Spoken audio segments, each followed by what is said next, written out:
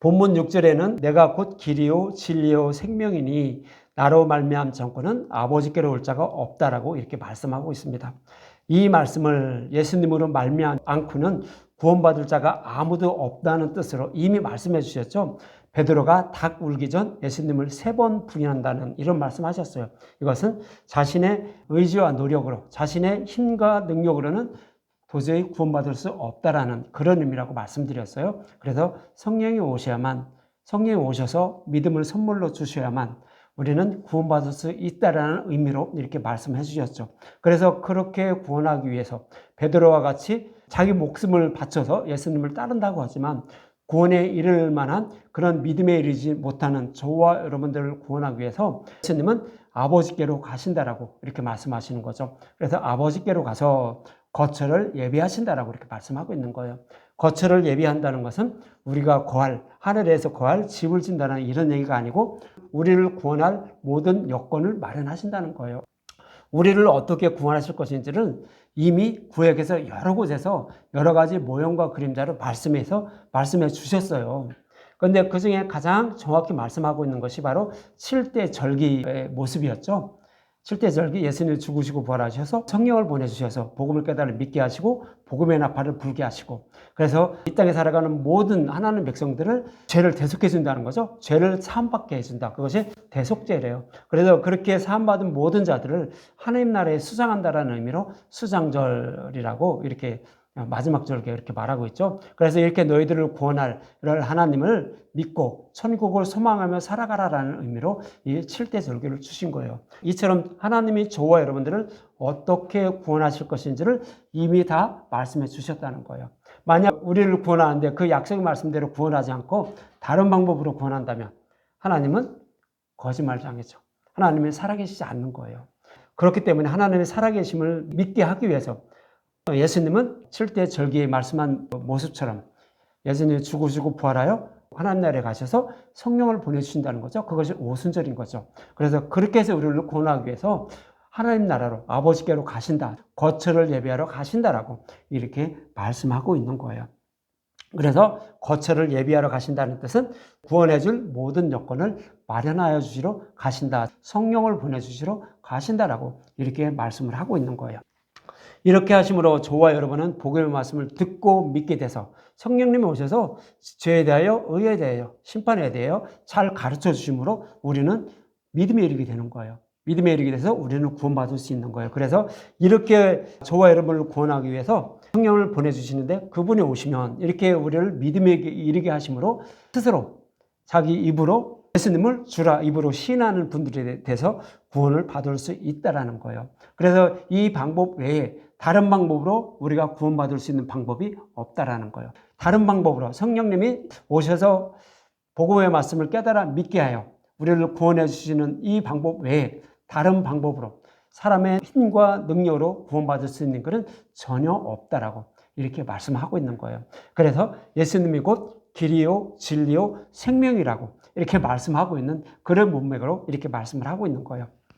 그렇다면 내가 곧 길이요라고 말씀하신 예수님이 하나님 나라로 향하는 그런 길이다, 통로다라는 이런 뜻으로 내가 곧 길이라고 예수님은 그렇게 말씀하고 있는 거예요. 우리는 왜 하나님 나라에 들어갈 수 있는 길이 없는 거죠? 하나님만 믿으면 우리는 하나님 나라로 갈 수 있는 길이 있는 것인데 왜 길이 없다라고 이렇게 말씀하고 있는 거죠? 구약에서도 이스라엘 백성들에게 율법을 주셨죠. 그래서 너 이걸 지키면 너희들은 내 백성이 될 거야. 너희들을 구원할 거야. 라고 이렇게 말씀해 주셨는데 그렇게 했는데도 그 길을 이스라엘 백성들은 찾지 못한 거예요.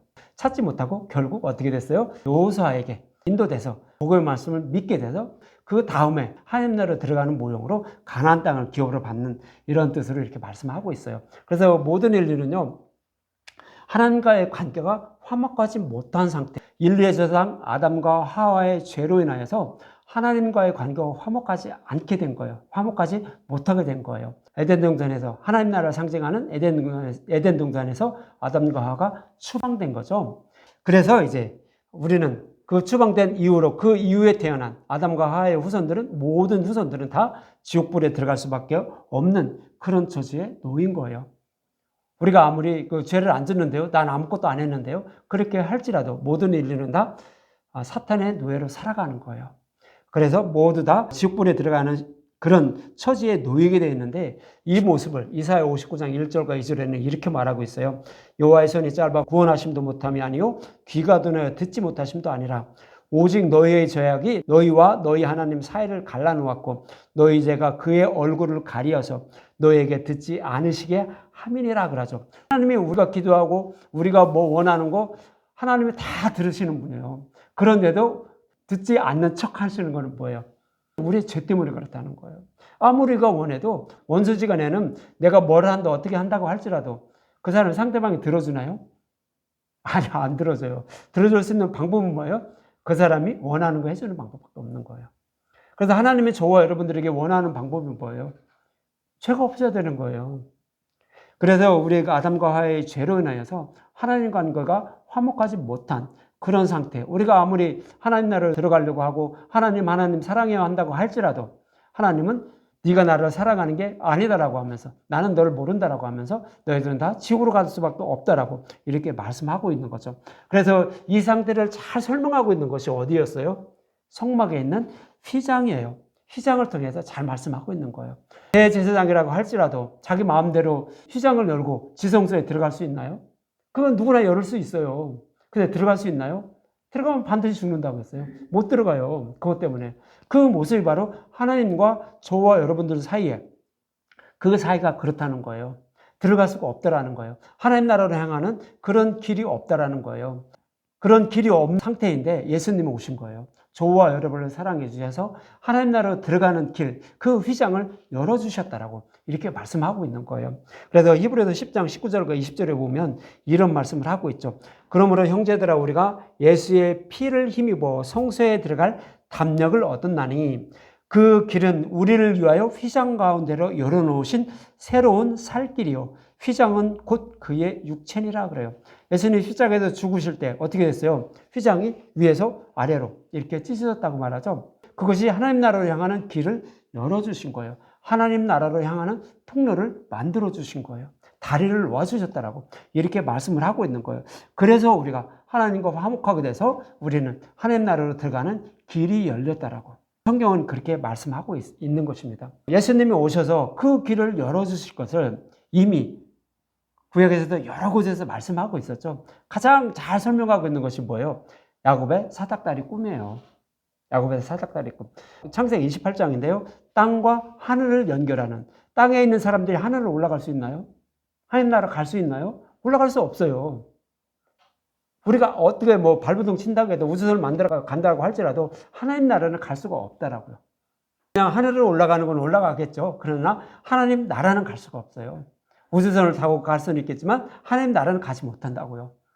그런데 그 길을 갈 수 있는 그 통로를 열어주신다고 이렇게 말씀하는 것이 바로 창세기 28장 사닥다리의 꿈이에요. 야곱의 사닥다리 꿈. 사닥다리 꿈을 통하여 이렇게 말씀하고 있죠.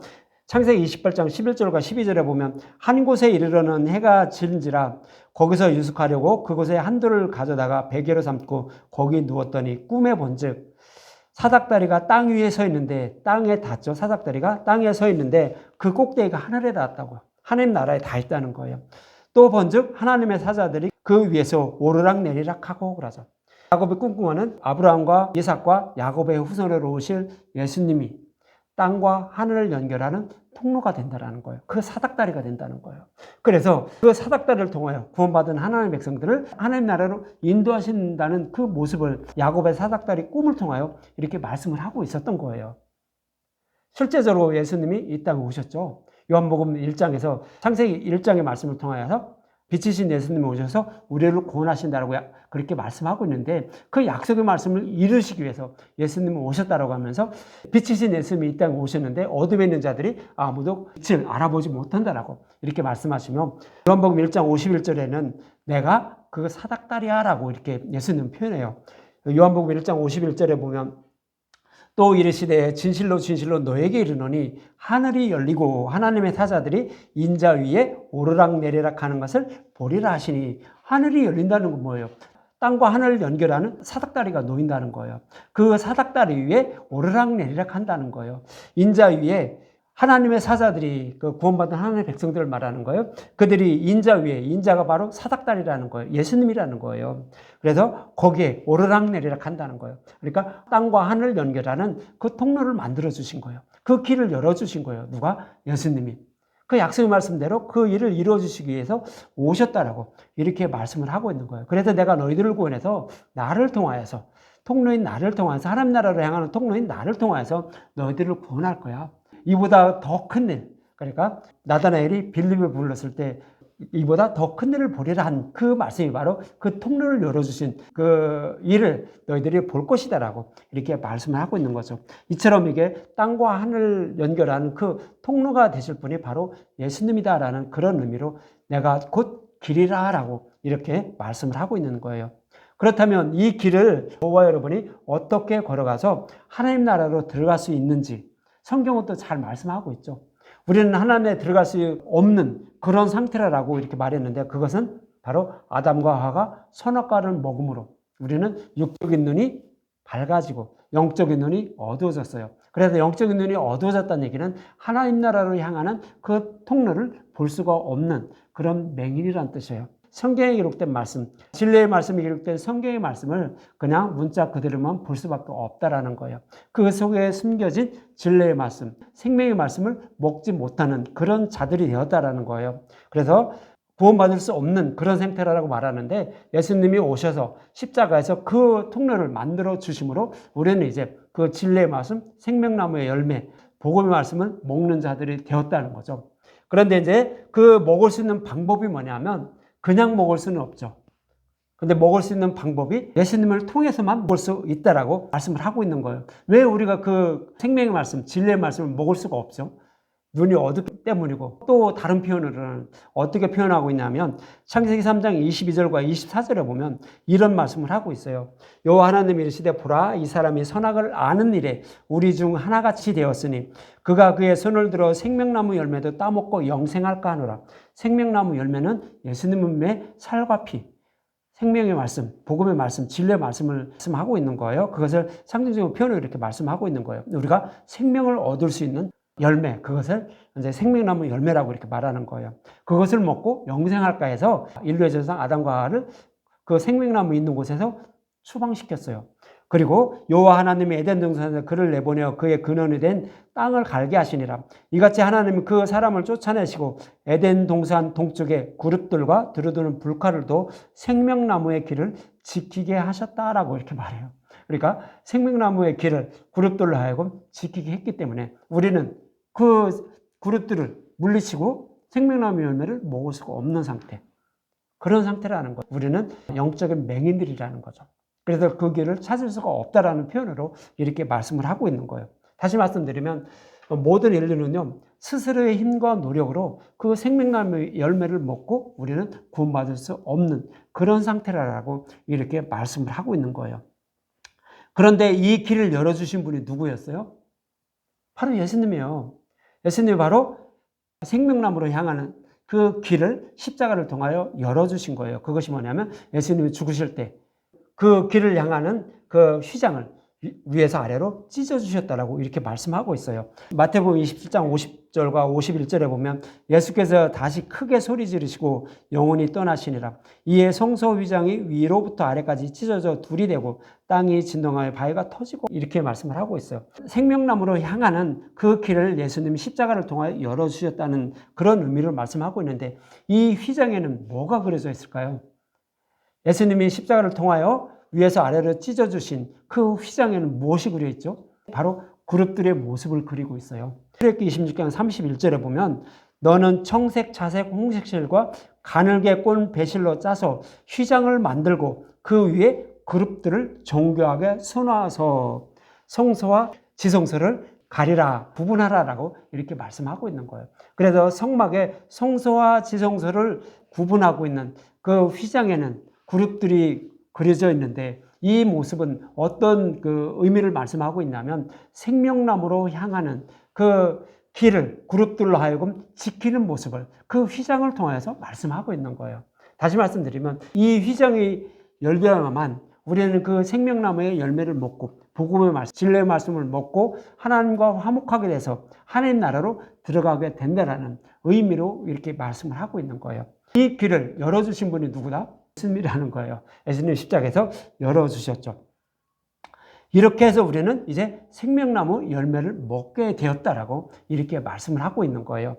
이 말씀은 또 어떤 의미가 있냐면 예수님이 십자가에서 죽으시고 부활하심으로 율법과 복음을 나누어 주셨다라는 그런 의미로 이렇게 해석할 수가 있는 거예요. 예수님 오시기 전에는 그냥 율법만 있었어요. 그 안에 물론 복음의 말씀이 숨겨져 있었는데 그냥 그 육적인 눈으로만 보니까 율법의 말씀으로만 보이게 되는 거예요.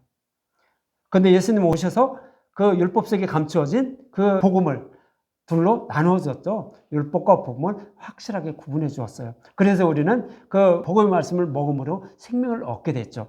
근데 이렇게 해서 우리를 구원하실 것을 이미 창세기 1장부터 말씀하고 있었던 거예요.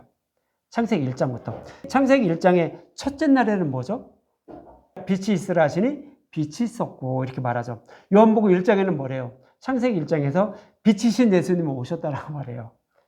빛이신 예수님. 창세기 1장 첫째 날에 보면 빛이 있으라 하시니 빛이 있었다는 말씀은 예수님 십자가에서 죽으시는 모습을, 빛이신 예수님 오셔서 죽으시는 모습을 그리고 있는 거예요. 그것이 창세기 첫째 날의 말씀이에요. 그럼 창세기 둘째 날은 뭐예요? 물이 합쳐져 있었는데 궁창 위의 물과 궁창 아래의 물로 나눈다라고 하죠. 창세기 둘째 날에. 궁창 위의 물과 궁창 아래의 물로 나눠요. 그 전에는 물이 하나밖에 없었어요. 그 얘기는 성경의 말씀이 똑같다는 얘기예요. 성경의 말씀은 율법으로 되어 있어요. 예수님 오시기 전에는, 예수님 죽으시기 전에는 율법의 말씀 그 하나만 있었어요. 그런데 그 속에는 뭐가 숨겨져 있었죠? 복음이 숨겨져 있었어요. 율법과 복음이 합해져 있었어요. 그런데 이것을, 이 율법과 복음이 합해져 있는 이 성경의 말씀을 우리의 눈으로 봐서는 그걸 구분해내서 먹지 못한다는 거예요. 스스로는 먹지 못한다는 거예요. 그래서 예수님이 십자가에서 죽으시고 둘째 날 어디 들어가요? 지옥불에 들어가세요. 지옥불에 들어가서 우리가 받아야 할 지옥불의 고통을 예수님이 대신 받으시는 거예요. 그래서 우리는 그 지옥불의 고통을 받지 않아도 되는 그런 자들이 된 거예요. 이것이 무슨 말씀이에요? 무슨 소식이에요? 기쁜 소식이잖아요. 그래서 그것이 복음이라는 거예요. 그래서 율법과 복음을 예수님이 지옥불에 들어가서 우리 대신 그 고통을 받으심으로 율법과 복음을 나누어 놨다라고 하는 거예요. 그래서 복음을 궁창 위의 물이라고 하고 그 율법을 궁창 아래의 물, 땅의 말씀이라고 이렇게 말하는 거예요. 구원받지 못할 말씀, 율법의 말씀, 궁창 위에 있는 물, 그것은 복음의 말씀, 생명의 말씀, 하나님 나라의 말씀이라고 말하는 거예요. 그래서 예수님을 믿음으로 우리는 구원받을 수 있다라고 창세기 둘째 날에 예수님이 지옥불에 들어가셔서 이런 일을 다 해주신 거예요.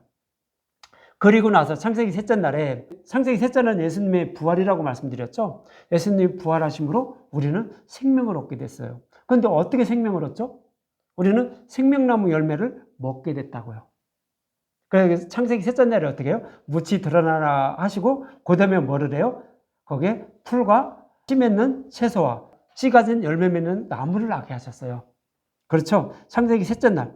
창세기 1장 11절과 12절에 보면 하나님 이르시되 땅은 풀과 씨 맺는 채소와 각기 종류대로 씨 가진 열매 맺는 나무를 내라 하시니 그대로 되어 땅이 풀과 각기 종류대로 씨 맺는 채소와 각기 종류대로 씨 가진 열매 맺는 나무를 내니 하나님이 보시기에 좋았더라 이렇게 말하는 거예요. 이 모습은 출애굽한 이스라엘 백성들이 광야에 들어가서 율법을 받고 그 율법의 말씀을 먹기 시작하는 이런 모습을 그리고 있는 것인데 거기에는 풀과 씨 맺는 채소와 씨 가진 열매 맺는 나무가 있더래요. 세 종류가 있어요.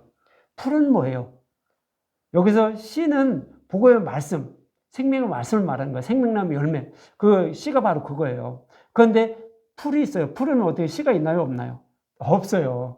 풀에는 씨가 없어요. 그런데 그걸 뭐라고 했다는 거예요? 그것은 뭐예요? 생명을 얻을 수 있는 그 씨가 없는 말씀은 율법의 말씀이에요. 율법을 먹어서는 우리는 생명 얻을 수 없다라는 그런 의미로 풀이라고 말하는 거예요. 그럼 풀은 누가 먹는 거예요? 갓 태어난 어린아이들이 먹는, 젖이나 먹는 애들이 먹는 그런 사람들이에요. 히브리서에서 잘 말하고 있잖아요. 때가 오래됐는데 아직까지 젖을 먹냐? 너희들 여기서 단단한 음식을 먹는 복음의 말씀을 먹을 때도 됐는데 아직도 그걸 먹냐고 말하잖아요. 바로 그 말씀이에요. 그것이 풀이에요. 율법의 말씀이라고요. 그래서 우리는 이스라엘 백성들이 광야에서 뭐를 먹었어요? 율법의 말씀만 먹었어요. 그것이 젖이나 먹는 어린아이들. 구원받지 못하죠. 그러니까 하나님이 이제 이스라엘 백성들 구원하기 위하여 너는 느보산에서 죽을 거야 하면서 율법을 상징하는 모세는 느보산에서 죽죠. 그리고 이제 여호수아가 대신 그들을 인도해요. 그럼 여호수아는 누구를 상징해요? 복음을 상징해요. 그래서 복음의 말씀을 이제 백성들에게 여호수아가 먹이기 시작하는 거예요. 그래서 가나안 땅의 그 음식을 먹기 시작하자 만나가 그쳤다라고 하죠. 그래서 풀은 율법을 상징하고 그다음에 씨 맺는 채소는 뭐예요? 씨 맺는 채소라는 것은 이제 율법을 먹다가 복음을 먹기 시작했다는 의미예요. 어린아이가 자라다가 이제 어머니 젖을 먹던 어린아이가 그다음에 뭐 먹어요? 단단한 음식, 밥을 먹기 위해서 이유식을 먹죠. 그 이유식을 먹는 그런 모습이 바로 씨 맺는 채소를 이렇게 내게 하셨다는 그런 의미예요. 그 다음에 이제 여기에 씨를 맺을 수 있는 채소, 그러니까 율법이긴 하지만 거기에 씨를 맺을 수 있는 채소, 즉 복음을 먹기 시작했다는 의미로 말하는 거예요. 그리고 또 씨 가진 열매 맺는 나무는 뭐예요? 단단한 음식, 복음의 말씀을 먹기 시작했다는 의미로 말하는 거예요. 이렇게 풀과 씨 맺는 채소와 씨 가진 열매 맺는 나무는 뭐예요? 어린아이가 장성한 자로 이렇게 성장하는 모습을 음식을 통하여서 이렇게 그려주고 있는 거예요. 이렇게 해서 우리를 구원하신다라고 이렇게 말씀해 주신 거예요. 이것이 뭐예요? 생명나무 열매를 이렇게 표현하고 있는 거예요. 그래서 생명나무 열매는 복음의 말씀을 말하는데 그 생명나무 열매를 먹기 위해서는 우리가 뭐부터 먹어야 된다? 율법을 먹어야 된다는 거예요. 내가 죄인을 깨닫지 않으면 어떻게 돼요? 내가 죄인이 아니라고 생각하면 내가 지옥불에 들어갈 일이 없는데 뭐 하는데 예수님을 믿어요? 그렇죠. 그렇게 되니까 어떻게 해요? 내가 죄인임을 알을 때 나는 지옥불에 들어갈 수밖에 없는 그런 더러운 죄인이구나. 그것을 알게 되면 어떻게 돼요? 나를 구원해 줄 그럴 사람이 있지 않을까 해서 예수님을 찾게 되는 거예요. 그래서 예수님을 꼭 붙잡을 수밖에 없다라는 거예요. 그래서 예수님을 붙잡게 해서 믿음으로 의롭다 여기게 해주시려고 율법을 주셨다라고 이렇게 성경은 말하는 거예요. 시편 119편 142절에 보면 주의 공의는 영원한 공의요 주의 율법은 진리라고 말해요. 율법이 진리인가요?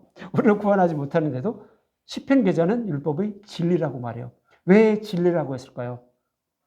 여기서 진리라는 단어는요, 세우다, 확고하다, 부모나 유모가 어린아이를 교육하다라는 뜻을 가진 아만이라는 단어에서 유래된 단어예요. 에메트라는 단어예요. 그래서 확실한 진리, 참된이라는 뜻을 가지고 있는 거예요. 그래서 율법은 어떻게 해요?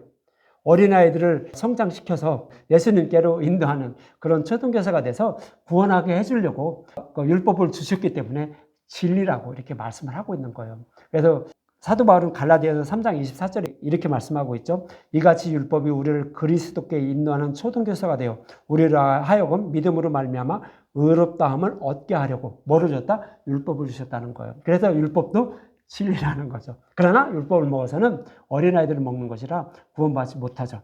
그래서 율법으로는 죄인임을 깨닫고 예수님께 나가서 믿음으로 우리는 구원을 받을 수 있다라고 이렇게 말씀을 하고 있는 거예요. 그래서 진리라는 단어는 부모나 유모가 어린아이를 교육하다라는 뜻을 가진 단어에서 유래된 거예요. 그러니까 아주 어린아이들 먹는 그런 말씀도 바로 진리다라고 이렇게 말하는 거예요. 그런 의미로 율법도 진리다라고 시편 기자는 그렇게 말씀하고 있는 거죠. 그래서 요한복음 1장 17절에 보면 이런 말씀을 하고 있어요. 율법은 모세로 말미암아 주어진 것이요 어린아이들 먹이기 위해서 갓 애굽에 있던 이스라엘 백성들이 하나님을 섬기기 위해서 광야로 인도해냈는데 그들을 처음부터 복음의 말씀을 먹으면 어떻게 할까요? 죄인은 알지 못하죠. 그러니까 어떻게 해요? 죄인을 알고 심판받아 마땅한 죄인임을 알아야 예수님을 찾게 돼요. 그러니까 그것을 알게 하기 위해서 율법부터 주는 거예요. 그래서 율법은 모세로 말미암아 주어진 것이요 그들을 구원하기 위해서 모세를 통하여 율법을 줬다라고 이렇게 말하는 거예요. 그리고 은혜와 진리는 예수 그리스도로 말미암아 온 것이다 그러죠. 진리의 말씀은 복음의 말씀은 어떻게 해요? 예수님이 우리에게 주신 것이라고 이렇게 말씀을 하고 있는 거죠. 이처럼 진리는 예수님을 말하며 복음의 말씀을 말하는 것입니다. 이 복음의 말씀을 먹어야 자유롭게 된다고 예수님은 여러 곳에서 말씀하고 있죠. 요한복음 8장 32절에도 진리를 알지니 진리가 너희를 자유롭게 한다고요. 나 지금 자유로운데요? 그래서 육적으로는 여러분들 자유로워요. 저도 마찬가지고요. 그렇지만 영적으로는 저와 여러분들은 다 육신을 가지고 있는 한 사탄의 노예로 살아가요. 그래서 사탄이 시키는 일을 해요. 나에게 누가 싫은 말 하면 어떻게 해요? 죽이고 싶어요. 원수 같아요. 그게 누가 주는 말씀이에요? 사탄이 주는 거예요. 육신의 일을 잊고 있는 한 어쩔 수가 없어요. 우리 부모가 똑같은 자식들이 있는데 누구를 차별하게 되면 어떻게 해요? 표현은 안 해도 그 아들들이 뭐래요? 속으로는 왜 부모가 나를 차별하지 하면서 부모를 미워해요. 누가 준 마음이에요? 하나님이 주는 마음이 아니라 사탄이 주는 마음들이에요. 그래서 우리는 그래서 죄를 범할 수밖에 없다라고 이렇게 그 성경은 그렇게 말씀을 하고 있는 거예요. 그렇지만 진리의 말씀을 먹음으로 우리는 이 땅에서는 그렇게 살아가지만 우리는 이제 죽어서 지옥불에 들어가지 않고 영원한 생명을 얻을 수 있다는 의미로 진리가 너희를 자유롭게 한다라고 이렇게 말씀을 하고 있는 거예요. 우리가 예수님을 믿는다 할지라도요, 늘 죄를 범하면서 살아가요. 예수님을 믿으면 죄를 범하지 않는다고요? 성령님 오시면 죄를 범하지 않는다고요? 다 거짓말이에요. 예수님 말씀하시잖아요. 성령이 오시는데 바람이 어디서 와서 어디로 가는지 알지 못하는 것처럼 성령이 온 사람도요, 성령이 왔는지 안 왔는지 모른다고요. 자신만 그냥 느낄 뿐이에요. 그냥 내가 성령 오신 거는 같은데 이런 느낌만 있지 확실하게 저기는 이렇게 와서 표시는 안 한다는 거예요. 겉으로 보기에도 표시도 안 나고 자기 자신도 그렇다는 거예요. 성령 오셔도. 그렇지만 자신은 성령 오셔서 나를 이렇게 인도해 주시는구나 라는 것을 우리는 느낄 수는 있죠. 그러나 정말 확 눈으로 표시나게 다른 사람들도 탁 표시나게 알 수 있는 그런 느낌은 오지 않는다라고 이렇게 말씀을 하고 있는 거죠. 그런데 이렇게 하늘문을 열어주시고 생명나무 열매를 먹을 수 있는 길도 예수님이 십자가를 통해 다 열어주셨는데도 모든 인류는 생명나무 열매를 먹을 수 없는 맹인과도 같다라는 거예요. 그래서 예수님은 자신이 아버지께로 가는 것, 그래서 너희들은 다 맹인이라 내가 이렇게 다 해준다고 할지라도 그 생명나무 열매, 진리의 말씀, 복음의 말씀을 먹고 스스로 믿음에 이르지 못해.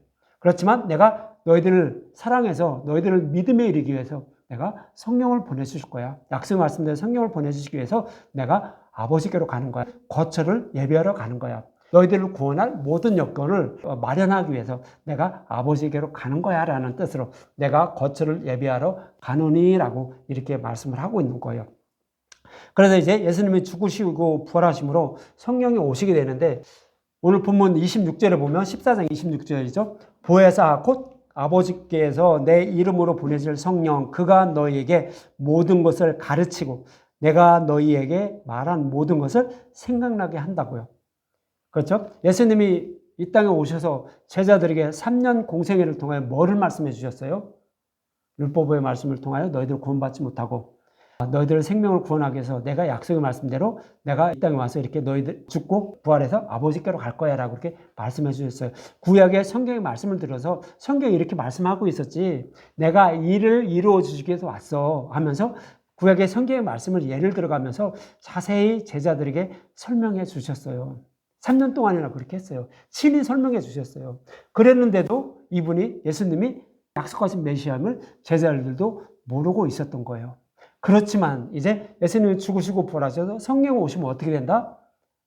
그때 되면 예수님이 너희들에게 잘 가르쳐 준 것처럼 제자들에게 잘 가르쳐 준 것처럼 다시 이제 가르쳐 준다는 거예요. 이렇게 그냥 사람의 말로 이렇게 가르쳐 주는 것이 아니라 우리 마음속에 오셔서 우리 마음에다 대고 가르쳐 준다는 거예요. 이 말씀은 이제 다른 의미로 표현하면 우리 마음에 하나님의 법을 새겨주신다는 의미예요. 어떻게 새겨주시냐면 예수님이 이 땅에 오셔서 잘 가르쳐 주신 말씀을 생각나게 만든다는 거예요.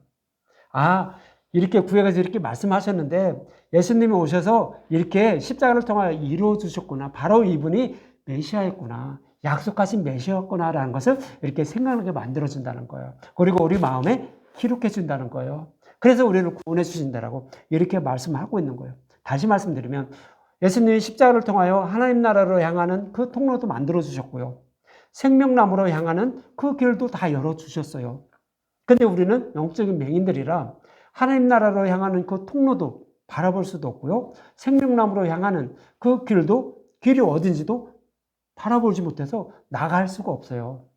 그것이 모든 인류의 모습이에요. 저와 여러분들의 모습이에요. 이 말씀을 다시 이렇게 표현하면 우리의 힘과 노력을 아무리 복음의 말씀, 진리의 말씀을 듣는다 할지라도 우리의 힘과 능력으로는 스스로 믿음에 이르지 못한다는 거예요. 근데 이런 자들에게 믿음에 이르게 하기 위해서 누가 오신다? 또 다른 보혜사가 온다는 거예요. 또 다른 보혜사라고 이렇게 성경 말씀하고 있죠. 또 다른 보혜사라고 하면 보혜사가 한 분이 오셨다는 얘기네요, 이미. 그 보혜사는 누구예요? 먼저 오신 보혜사는 예수님을 말하는 거예요. 예수님 오셔서 진리의 말씀을 잘 가르쳐 주셨잖아요. 이것처럼 예수님과 같은 분이 다시 온다는 거예요. 그래서 잘 가르쳐 주고 너희들을 진리의 길로 인도해 줄 거야.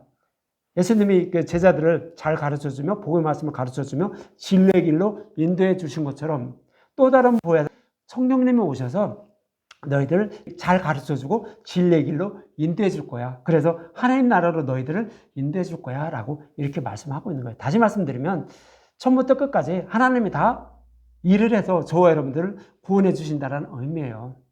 그래서 이제 출애굽기에 보면 제사장들이 입는 옷을 보면 잘 알 수 있죠. 가슴에 흉패죠. 흉패에 보면 뭐가 달려 있어요? 12가지 보석이 달려 있어요. 12가지 보석은 뭐예요? 12지파. 하나님 백성 모두를 상징하는 거예요. 대제사장이 입는 옷에 그게 달려 있는데 대제사장은 예수님을 상징하죠. 그리고 예수님 앞에 그 12보석이 달려 있다는 것은 예수님이 모든 하나님의 백성들을 안고 가신다는 거예요. 어디까지? 하나님 나라까지. 하나님 나라까지. 우리가 뭘 하는 것이 아니라 어린아이를 그 예수님 오셔서 안고 하나님 나라까지 인도해 주신다는 의미를 담고 있는 거예요. 또 하나는 어디에 있죠? 12보석이 달린 게 견대죠. 6개. 그러니까 모든 하나님의 백성을 예수님이 사랑해서 어깨에 이렇게 무덤을 태우고 하나님 나라를 인도해 주신다는 모습이에요. 그래서 우리를 구원해 주신다고요. 그것을 잘 설명하고 있는 것이 바로 또 다른 보혜사가 오셔서 그렇게 해서 너희들을 구원할 거야. 이렇게 말씀하고 있는 거예요. 그래서 성령님 오시면 어떻게 해요? 우리를 가슴에 안고 어깨에 무덤을 태우고 하나님 나라로 인도해 줄 거야 라는 그 말씀이 바로 그분이 오시면 모든 것을 너에게 가르쳐 주고 내가 너에게 말한 모든 것을 생각나게 하리라 라고 이렇게 말씀하고 있는 거예요. 그래서 성령이 오시면 무슨 일을 한다고 해요? 성령이 오시면 그가 와서 죄에 대하여, 의에 대하여, 심판에 대하여 이제 성령에 대해서 쭉 설명을 해요. 성령이 하시는 일에 대해서 15장, 16장도 똑같은 그런 말씀을 성령이 하시는 일, 우리를 어떻게 해서 구원하실 것인지를 설명하고 있는 거예요. 그러면 성령 오셔서 뭐예요? 죄에 대하여. 죄는 뭐라고요? 예수님을 믿지 않는 게 죄라는 거예요. 우리가 율법을 지키지 못하고 윤리와 도덕적으로 그 범죄한 그것이 죄가 아니라 예수님을 믿지 않는 게 죄라는 거예요. 왜 그런 말씀하시죠? 모든 인류는 죄를 범하지 않고 살아갈 수가 없다는 거예요. 하나도 없다라는 거예요. 그런데 거기서 벗어날, 그 죄에서 벗어날 수 있는 방법은 오직 하나. 예수님을 믿느냐 안 믿느냐는 거예요. 그래서 예수님을 믿지 않는 것이 죄라고 이렇게 말하는 거예요. 그래서 이렇게 죄를 범하여서 우리는 구원받지 못하는 자들을 구원하기 위해서 예수님은 십자가에서 죽으시고 부활하여 아버지께로 간다는 거죠. 그것이 바로 의에 대하여 하면 내가 아버지께로 가니 너희가 나를 다 보지 못한다는 거예요. 거처를 예비하러 가시기 때문에 너희를 보지 못한다라고 이렇게 말하는 거예요. 그러면서 심판에 대하여 하면 이 세상의 임금이 심판을 받았죠. 어떻게 해요? 이 세상의 임금은 누구예요? 사탄이죠. 우리를 그 종으로 여기고 우리 마음에 와서 우리가 원하지 않는, 하나님이 원하지 않는, 우리가 원하지 않는 죄를 범하게 만드는 자가 누구예요? 이 세상의 임금이에요. 사탄을 상징해요. 그를 어떻게 해요? 십자가에서 머리를 밟았다는 거죠. 그래서 우리를 구원하는데 그가 우리를 어떻게 하지 못한다는 거예요. 우리가 육신을 입고 있는 한이 있더라도 죄를 범하지만 우리를 구원하는 데는 그가 어떠한 영향을 미치지 못한다라고 이렇게 말씀을 하고 있는 거예요. 그것이 죄에 대하여, 의에 대하여, 심판에 대하여 잘 가르쳐 주는데 그 성령이 오셔서 이런 것을 우리에게 마음에 새겨 주신다라고 말하는 거예요. 우리가 지금 창세기 요셉에 대해서 말씀하고 있죠. 요셉이 지금 이제 오늘 오후부터 말씀드리겠지만 베냐민에게는 5배나 주고 그다음에 요셉의 은잔을 통해서 어떻게 해요? 예수님 십자가에 죽으시는 모습이라고 그랬죠. 그것을 형들에게, 교회들에게 가르쳐 주는 거. 성령의 사역을 하는 것이 요셉의 모습이에요. 그 요셉의 모습을 그리고 있는 것이 이제 성령의 사역을 이렇게 또 그리고 있는 거예요. 그래서 우리를 이제 형들을 요셉과 화목하게 만드는, 화합하게 만드는 그런 모습을 그리고 있는데 바로 그 모습이 성령의 사역이에요. 저와 여러분들에게 오셔서 믿음에 이르게 하시고 구하는 모습을 이렇게 그리고 있는 거예요. 그래서 예수님은 오늘 본문에 내가 곧 길이요 진리요 생명이니 나로 말미암지 않고는 아버지께로 올 자가 아무도 없다라고요. 예수님이 하늘나라를 가는 길도 열어주시고 생명나무로 향하는 그 통로도 다 열어주셨는데 우리는 스스로는 믿음에 이르지 못해요. 그러니까 아예 그러면 내가 다 먹여줄게. 그리고 하나님 나라 너희들을 데리고 갈게. 이렇게 하시는 것이 뭐라고요? 내가 길이요 진리요 생명이라고요. 이 방법 외에 우리의 힘과 능력으로 구원받을 자는 아무도 없다라고요. 아버지가 이렇게 해주셔야만 우리는 구원받을 수 있다라고요. 그래서 내가 길이요 진리요 생명이라고 이렇게 말씀을 하고 있는 것입니다. 저와 여러분은 이 길이 생명의 길임을 잊지 마시기 바랍니다. 아니, 나도 믿을 수 있어. 나도 열심히 하고 이렇게 해서 저기 하면 나도 구원 받겠지라고 이렇게 생각하는데 절대요. 아무리 교회를 1000개, 10,000개를 세운다 할지라도, 아무리 사역을 많이 한다 할지라도, 성도가 진짜 수만 명 되는, 수십만 명 되는 그런 목회를 한다 할지라도 예수님이 그를 생명의 길로 인도해 주지 않으면 그분은 구원받을 수 없어요. 그래서 이 길, 오직 예수님이 저와 여러분들을 예수님 품에 안고 무덤을 태우고 하나님 나라로 가셔야만 우리가 구원을 받을 수 있지, 그렇지 않고는 구원받을 수 없다라고 이렇게 말씀하고 있는 거예요. 그래서 그 길을 열어주시기 위해 예수님은 하나님 나라로 간다라고 말씀하시며 곧 내가 길이요 진리요 생명이라고 말씀을 하고 있는 것입니다. 저와 여러분이 이 길이 생명의 길임을 잊지 마시고요. 나의 생명을 살리기 위하여 쉬지 않고 일하시며 나를 진리의 길로 인도해 주시는 주님이, 그 예수님이 어떤 분인지 알기에 힘쓰고 애쓰시길 바라고, 성경의 말씀을 보고 복음의 말씀을 들을 때에 꼭 여러분들 나를 진리의 길로 인도해 달라고 간절히 기도하시면서 보고 들으시는 여러분들이 되시기 바랍니다.